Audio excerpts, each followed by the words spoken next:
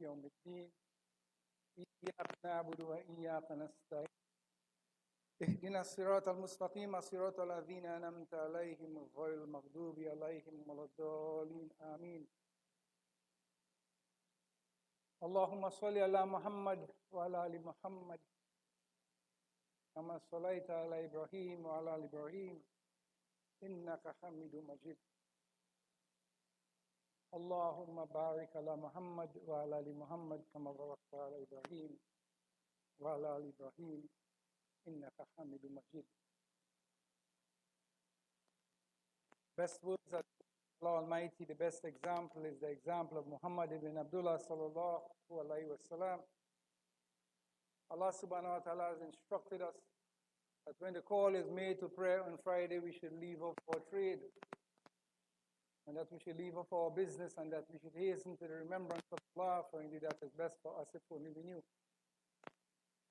We thank Allah subhanahu wa ta'ala for favored us by numbering us among those of His obedient servants who have listened to His command and have acted in accordance with His instruction and are here at the masjid at this time. We pray that Allah Almighty will continue to elevate us and stay and allow us to be among those who succeed both in this life, but more so when we stand before Him for judgment. Ya ayyuhalladhina amanu taqullah. So you have faith, fear Allah. Allah subhanahu wa ta'ala has favored each and every one of us with the gift of Iman. Allah subhanahu wa ta'ala has gifted us Iman.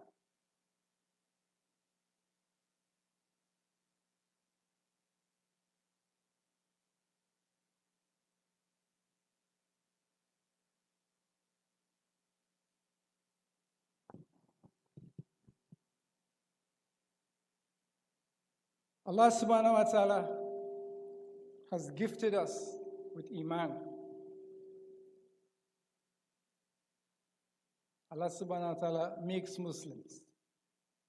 He is the one who decides who become believers. In His knowledge and His wisdom, Allah knows why He does what He does. But in our case as individuals, we need to be very, very grateful for that great favor that Allah subhanahu wa ta'ala has numbered us to be among the ummah of the last and final messenger, the beloved, the most beloved servant of Allah, Muhammad sallallahu alayhi wa sallam. Aisha radiallahu ta'ala, and one of the wives of the Prophet sallallahu alayhi wa sallam, once asked him to make a dua for her. She asked him to make a dua for her, and he made a specific dua, asking Allah subhanahu wa ta'ala to bless her and forgive her for all her sins, the first, the last, the knowing, the unknowing. And when then she smiled, he asked if she was happy. He says, yes. He says, I swear by Allah, I make this dua for my entire ummah every time I pray.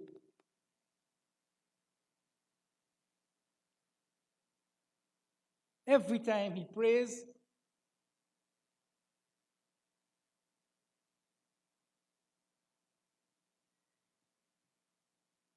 he makes this dua for the entire ummah.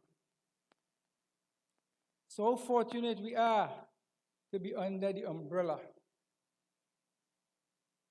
of the ummah of Muhammad sallallahu alayhi wa sallam.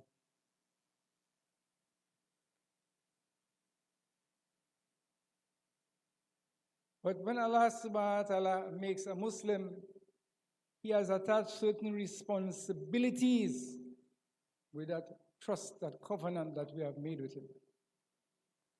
Allah says He has purchased of the believers their goods and their persons in exchange for Jannah.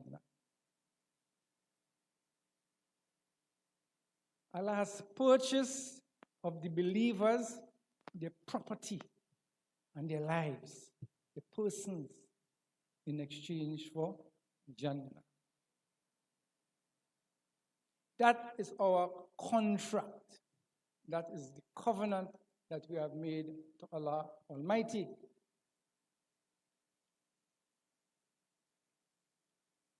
So we need to fulfill our part of the covenant for Allah Almighty to complete the transaction and grant us Jannah. One of our noble Salaf, those who will be righteous, who went before us, made a statement once. He said, if Surah Al-Asr was the only thing that was revealed, وَالْعَصْرِ إِنَّ الْإِنسَانَ لَفِي خُسْرٍ إِلَّا الَّذِينَ آمَنُوا وَعَمِلُوا الصَّالِحَاتِ وَتَوَاصَوْا بِالْحَقِّ وَتَوَاصَوْا بِالصَّبْرِ. He said, if that is all that was revealed, it would have been enough for guidance.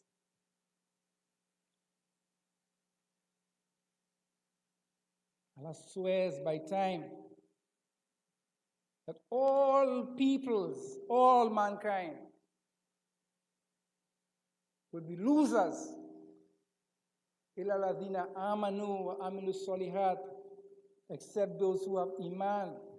But not only have Iman, but establish what is called the amanat, the Amilu Solihat, the deeds of righteousness. So if somebody say, I'm a believer, no. The Bedouin Arabs came once and tell the Prophet they are believers. He said, no, you have submitted your will, you are Muslim. But those say a believer because faith has not yet entered into your heart. So to be a believer, you need to be resolute in your commitment to your duties to Allah subhanahu wa ta'ala. إِلَّا الَّذِينَ آمَنُوا وَعَمِلُوا الصَّالِحَاتِ.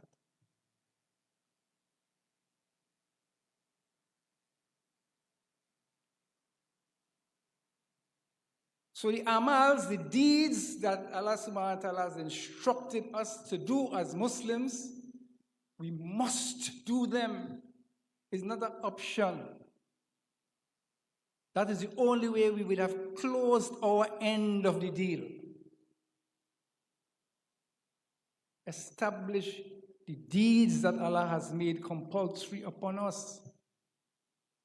And Rasulullah went further to explain how a believer grows closer and closer to their Rabb. Firstly, by establishing the compulsory amals, and thereafter you continue to come close to Allah by additional, optional amals. So the first part of the program is to establish the fard actions, establish salah, pay zakah, fast in the month of Ramadan, and make the Hajj if you have the means to do so. And after you have done your compulsory deeds, that is not the end of it. That is not the end.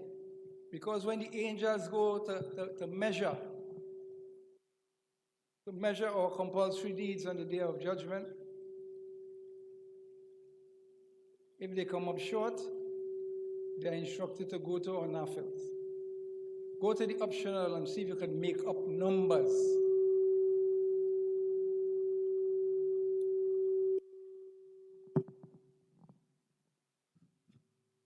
Go to the nafil and see if you can make up the numbers. So when the fard comes up short, we should have the additional amals so that the angels could go to supplement and to make up for the shortcomings that all of us have during Salah. Because sometimes we stand before Allah subhanahu wa ta'ala to make prayer and our minds are all over the place. Our body is present, but our mind is not present. With some problem here, some business we have to do, some issue diverts us. So that is a reality. So the angels are instructed to go to the nafil, the bank of the nafil, and make up the shortcoming from the farad. So if we have no nafil and farad come up short, what happens? Problems. So he says to become close to Allah subhanahu wa ta'ala, establish the compulsory actions, and then grow closer and closer to him with the additional good works. A believer grows from stage to stage. Iman is something that continues to elevate from one level to the next level. It's not one fixed position. There are grades among the believers. But the rule is, man gets what he strives for. So the striving must be done. That is where the shaitan has tricked the Christian community and telling them you don't need deeds. All you need is just to believe and you're going to be saved. Trick them.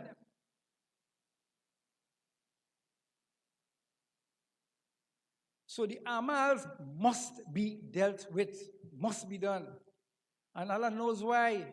He knows why we must do amals on a day-to-day basis and keep ourselves engaged continuously, persistently in His remembrance. Allah knows our nature. He knows that at times we leave an opening and the shaitan will rush through that opening and penetrate. He knows our nature. So anytime we're not engaged in the remembrance of Allah, we open the door for the shaitan to rush through and enter our hearts. Because the shaitan has promised him, he has made a pledge to the Adam's children, all of us, that he go lay in ambush from the top, from the bottom, from the right. Allah tell us about, what the program is. That he go be constantly at war to get us off the straight path. So if the shaitan don't hire down, doing all kind of mad scene, you're doing all kind of trippiness, he in business, he don't hire you luck. It's the people who striving to please Allah subhanahu wa ta'ala, they enforce, all his energies and the armies that he has. Because shaitan is a one-man team. He has armies, a shayateen working with him, both among jinns and men. Min al jinnati wa nas, from among jinns and men. Whisperers, suggesters.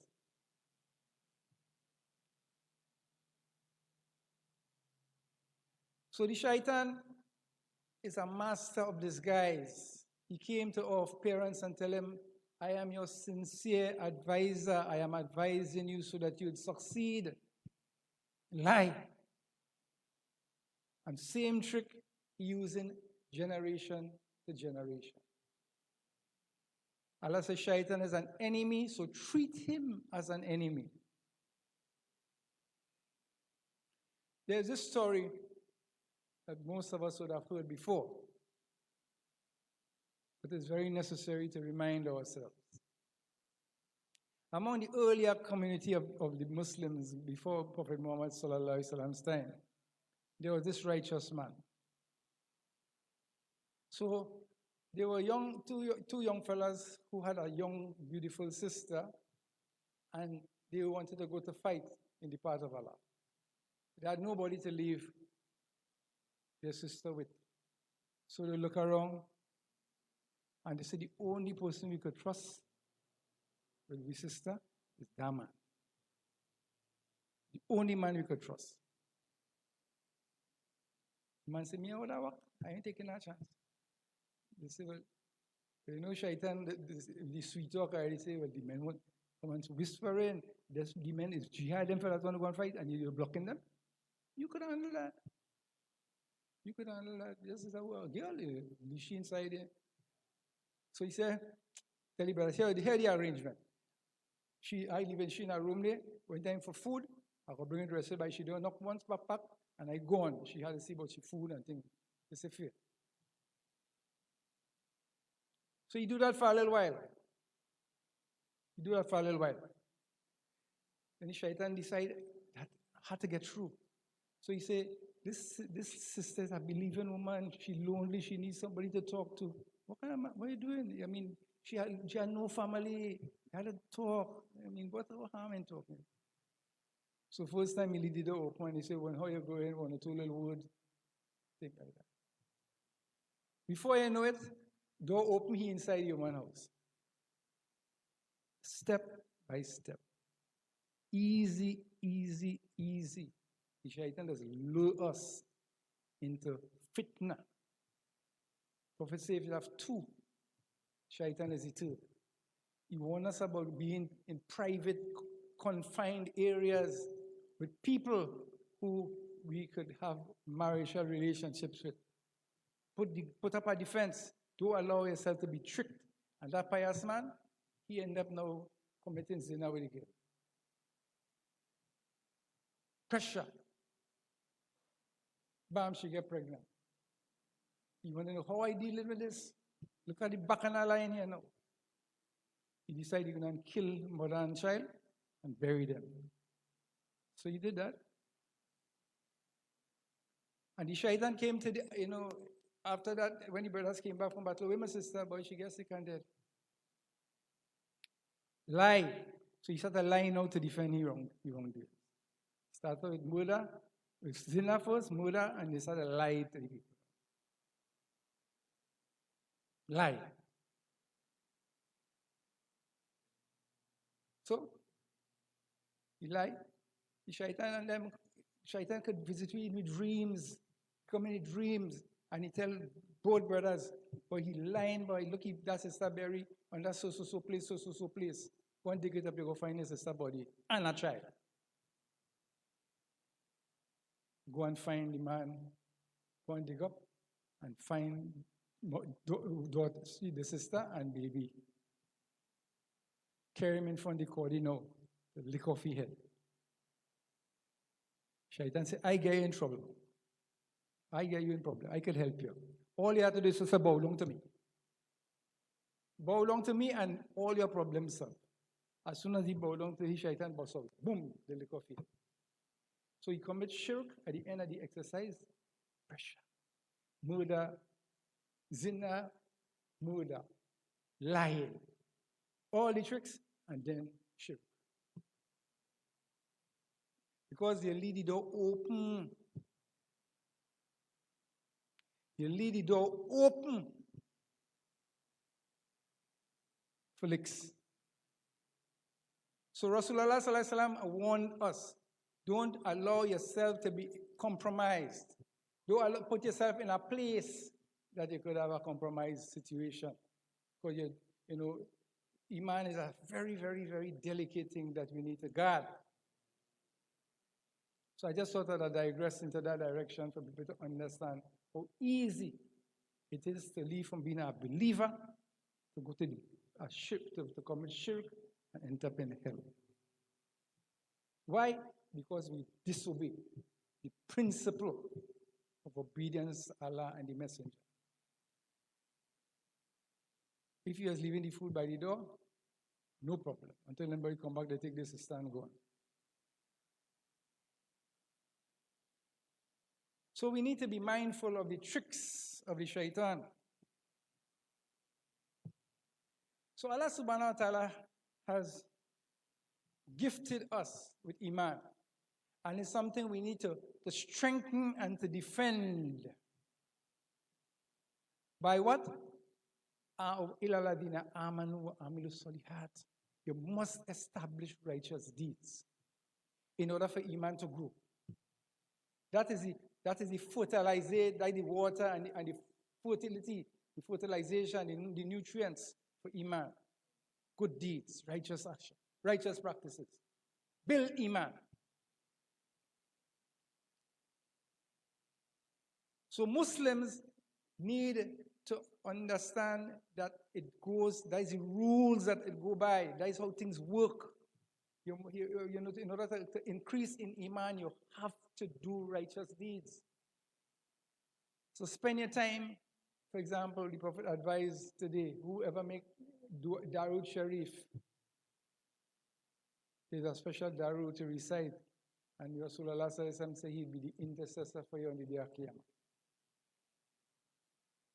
Same, we make a dua after every adhan. Same thing on a Friday. There are all these gifts that are available, but we have to practice Islam.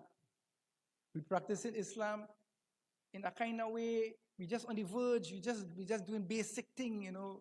No, we have to get deeper and deeper into this deen. This is the first khutbah for this year, for the month of Muharram. Remember, we're talking about seasons. Allah subhanahu wa ta'ala has given certain seasons. And these seasons are opportunities for the believers to maximize barakat. When Prophet came to Medina to live, he met the Jews fasting on the 10th of this month. And he asked why.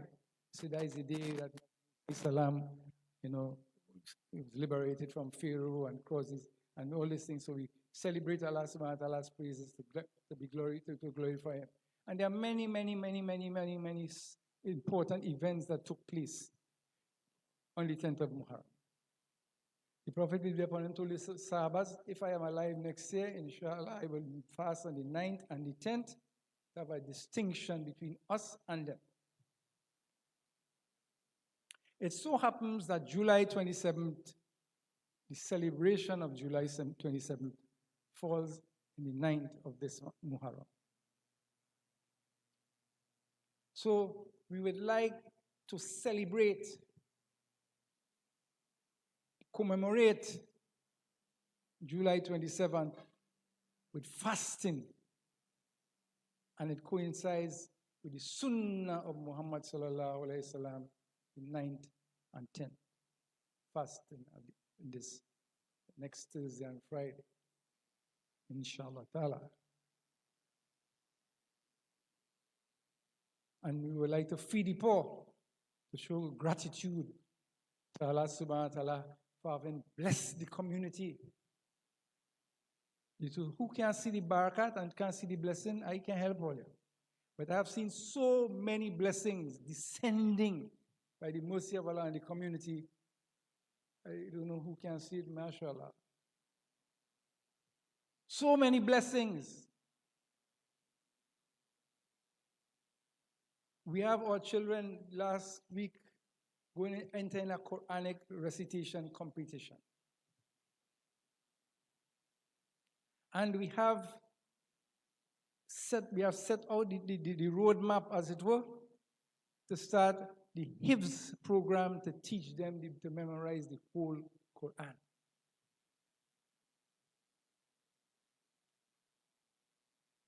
We are in conversation with one of the young graduates, one of the young Hufaz who came out from school, to bring the children up to what we call a pre-Hifz program during the month of August, inshallah ta'ala. We beg Allah to make it possible, because we have to start somewhere. So we don't want to enter the program to teach Hifz where children had to go to Aleph. It doesn't make sense. So we want to bring them to read Quran properly during these holidays. So when they enter the program, they would be able now to proceed into memorization.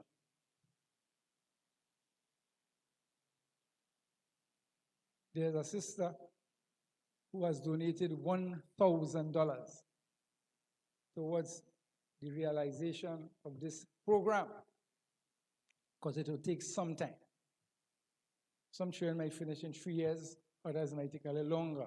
Some might finish before, Allah knows best. But for us to get through, we have to start. We have to start in order for us to succeed.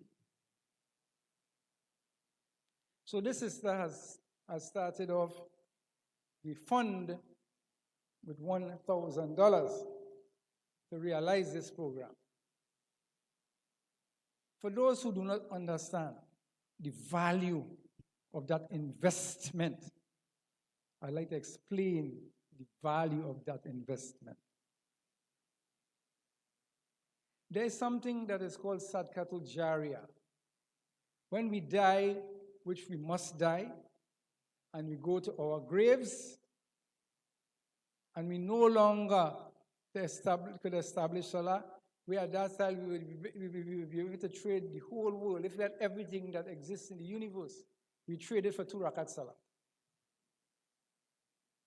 At that point, it is said that whoever benefits from Sadqatul Jariyah, even you die and you are in your grave,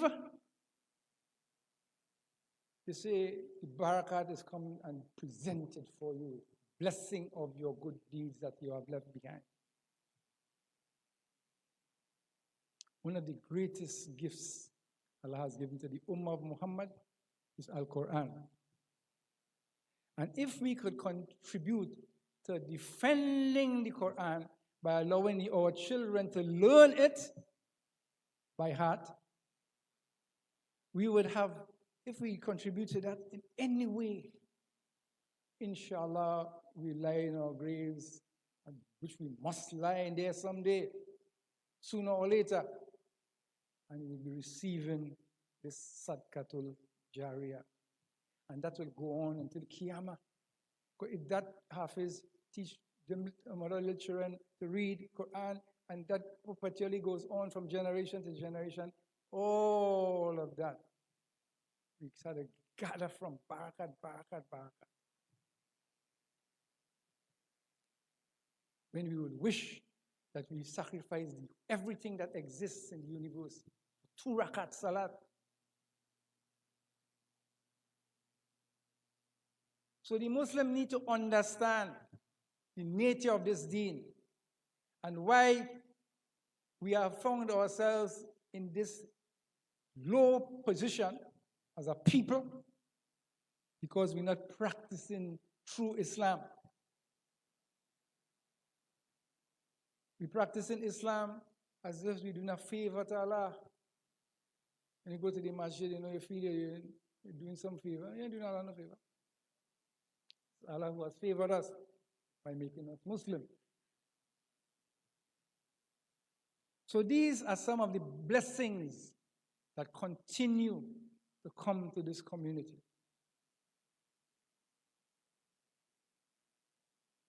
There was an exercise led by one of our elder brothers in conjunction with the school for the children to learn the rites of Hajj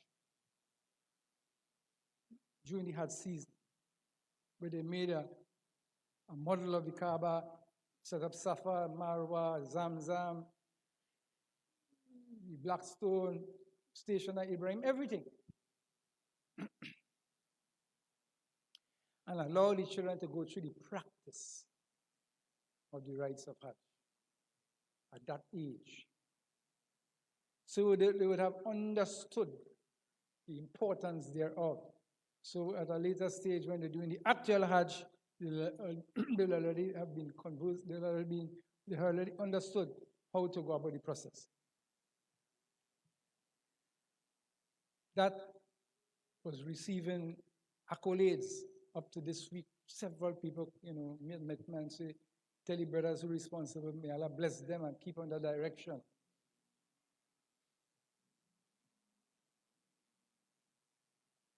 Because all the caution, don't add, no take away. Make sure all the actions are done. So like if you're teaching somebody to pray, you go through Allahu Akbar, and you go through the process of prayer. That is part of the process of teaching prayer. Same thing applies to the Hajj. The rules, the actual enactment.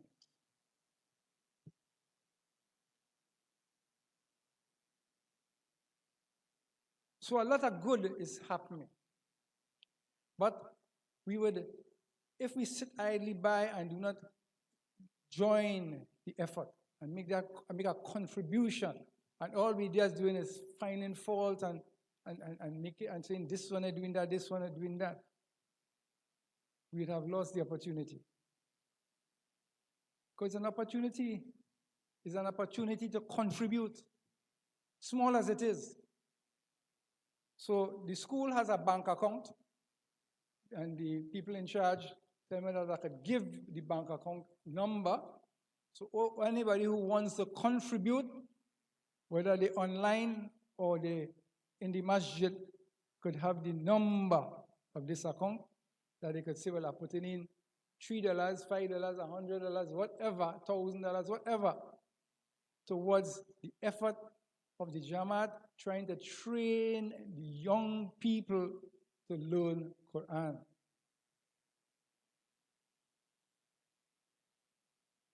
So they will say, well, I want to be part of that. I want to benefit from that. Because nowhere from the east-west corridor you have anything like a madrasa. Anytime you want to go and get a madrasa, you have to leave from Caroni Bridge, Mono Road, Ibaka Kunupia, Marabella, Barako, everything is south of the Caroni Bridge. And from Karanaj to Toko, on that strip, have more Muslims than any part of this country, if you check it out. Among the people who revert to Islam is tens of thousands.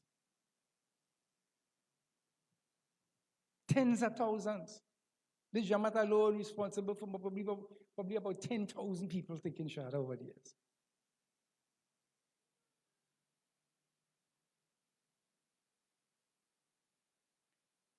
But the reality is that people not on board. They're not participating, not contributing. So the load is on the back of a few. But by the mercy of Allah, they're carrying it because they understand that when they go and lie down in the grave, they will get just dues from Allah. And all who want to continue to be fault finders, if that is your thing, mashallah. But the work will be done. God has promised that this deen will dominate, even though the unbelievers may detest it. So if you're not part of the domination, it's your fault. God has given you the opportunity. And it's you who have refused to embrace the opportunity.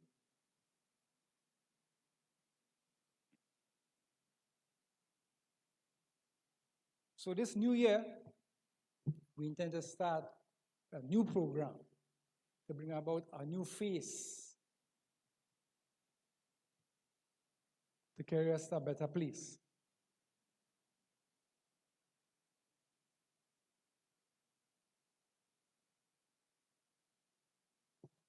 So it is upon us to grasp that opportunity.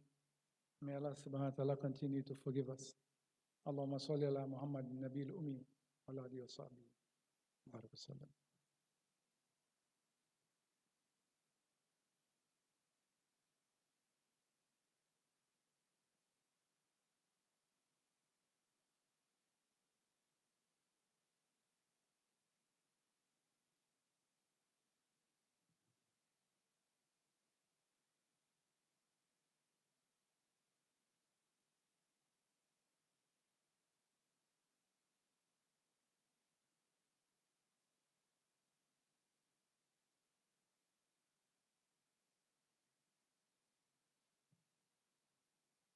Allahumma salli ala Muhammad wa ala alihi wa sahbihi wa barak wa sallam. Okay, well, the bank is Republic Bank, that is the school account. The name of the account is Madrasa al-Muslimin. The account number is 510-801-040-901.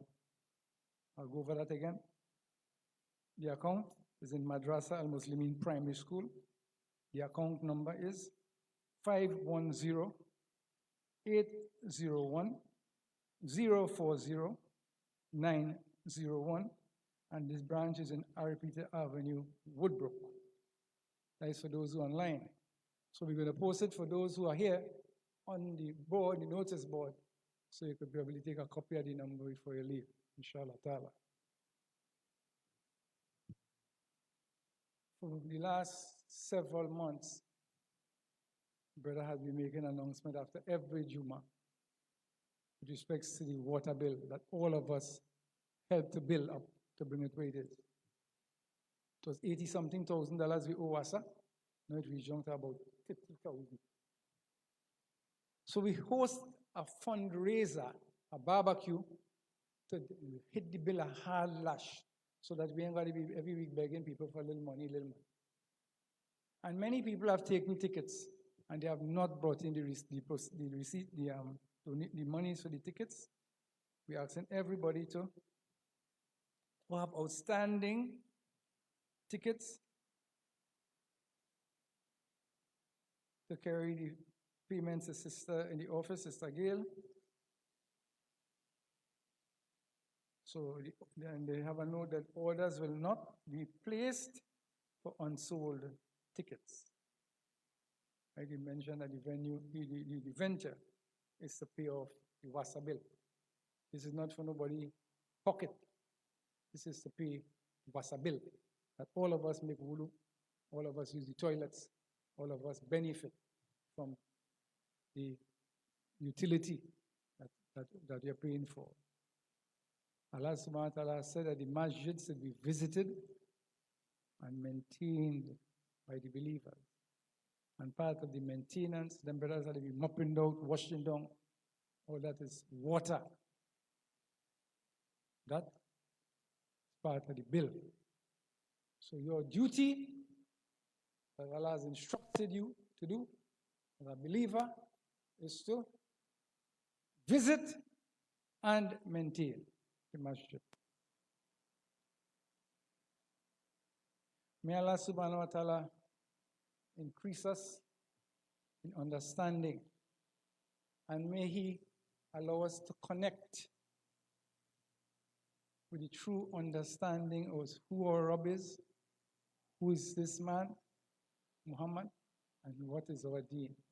May Allah give us that proper understanding, so when we are taken and placed in the grave, we'll be able to answer those three questions, which every human being must answer. When you go and you lie down in that grave, the angels will come. When you put the last person burial, reach 40 footsteps away, the angel will come and wake you up. Question time. If we lived as a Muslim, it's not your brain going to answer. It's not your tongue going to answer. It's what in your heart going to answer. So if you're a true believer and you believe Allah is your Rabb, Muhammad is the messenger of Allah, and Islam is your deen, then you'd be able to answer the questions correctly. So it is upon us to make that effort to learn and to grow in Iman. And as we're going back again, that depends, becoming closer to Allah depends on our amal. Wal asr innal insana lafi khusr illa alladhina amanu wa amilus solihat. Wa tawassaw bil haqq wa tawassaw bis sabr. If we do those things, we find ourselves gaining and benefiting and becoming true believers. اللهم صل على سيدنا الفاتح المغلق والخاتم لما سبق نصر الحق بالحق والهادي الى صراطك المستقيم وعلى اله حق قدره ومقداره العظيم سبحان ربك رب العزة عما يصفون وسلام على المرسلين الحمد لله رب العالمين أقم الصلاة.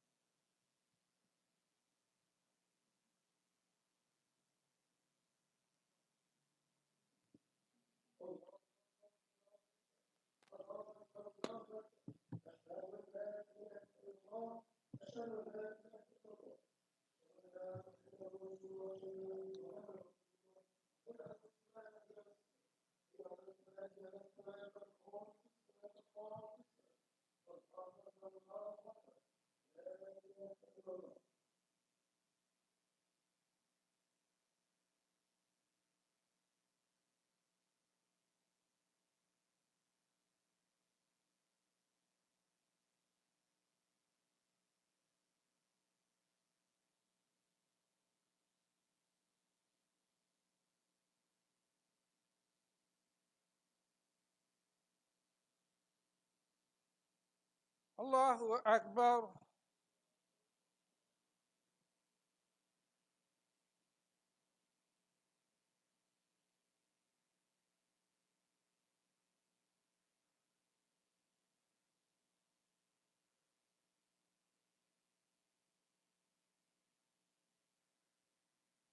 بسم الله الرحمن الرحيم الحمد لله رب العالمين الرحمن الرحيم مالك يوم الدين إياك نعبد وإياك نستعين اهدنا الصراط المستقيم صراط الذين أنعمت عليهم غير المغضوب عليهم ولا الضالين.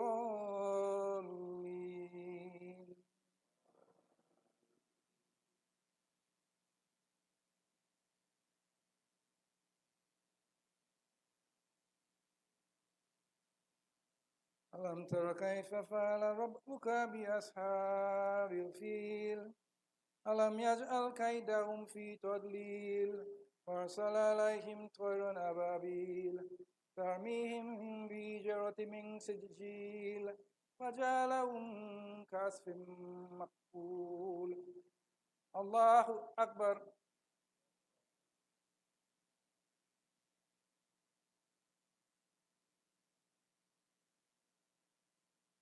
سمع الله لمن حمده. الله أكبر.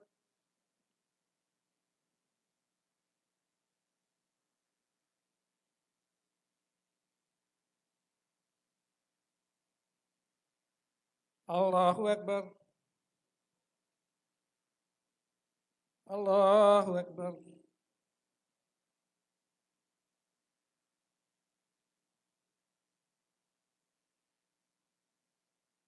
الله أكبر.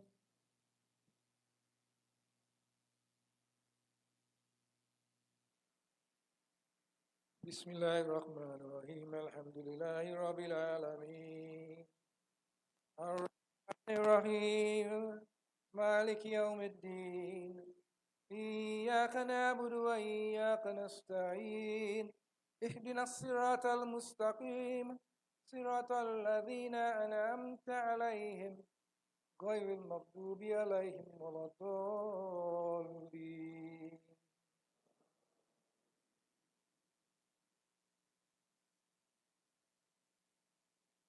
قل أعوذ برب ومن شر ما خلق ومن شر غاسق إذا وقب ومن شر النفاثات في العقد ومن شر حاسد إذا حسد. الله أكبر.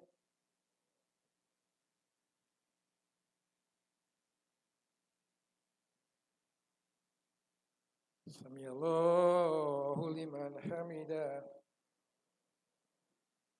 الله أكبر.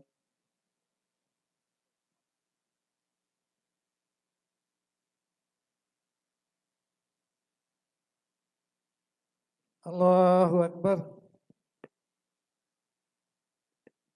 الله أكبر.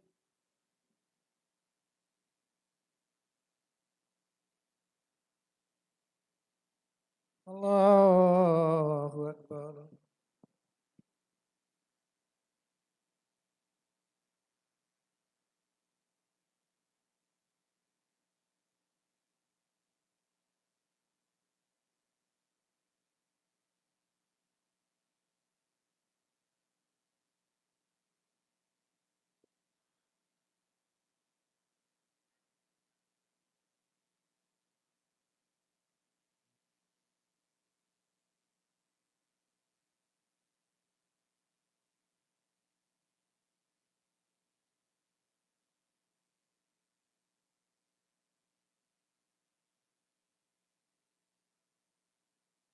السلام عليكم ورحمة الله. السلام عليكم ورحمة الله. السلام عليكم ورحمة الله. Just additional information, just for more clarity.